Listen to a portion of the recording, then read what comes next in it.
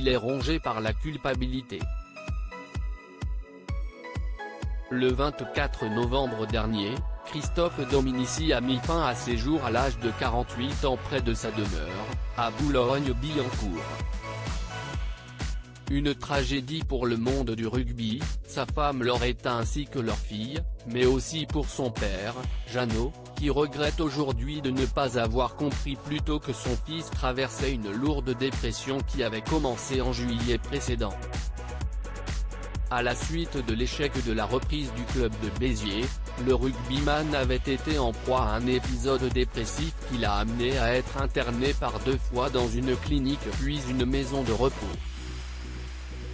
Sous traitement, le père de Christophe Dominici le soupçonne de ne pas le suivre scrupuleusement et lui propose même de venir à Boulogne. Mais non, je vais bien, je dors la nuit. Si tu devais venir, je te le dirais, a alors expliqué le rugbyman à son père, rapporte Paris Match, en kiosque jeudi 25 février. Depuis la mort de son fils, qu'il refuse de qualifier de suicide, mais plutôt d'accident, de chute pendant une crise, une bouffée délirante aiguë, Jeannot Dominici explique ne plus dormir, et se réfugier sans cesse dans le mausolée constitué dans le salon en hommage au champion. Si est-ce terrible, je l'attends tout le temps, confie-t-il, lui qui sait neveu de ne pas avoir pu sauver son fils. J'ai neveu aussi aux psys qui n'ont pas pris au sérieux la maladie de mon fils, lance-t-il.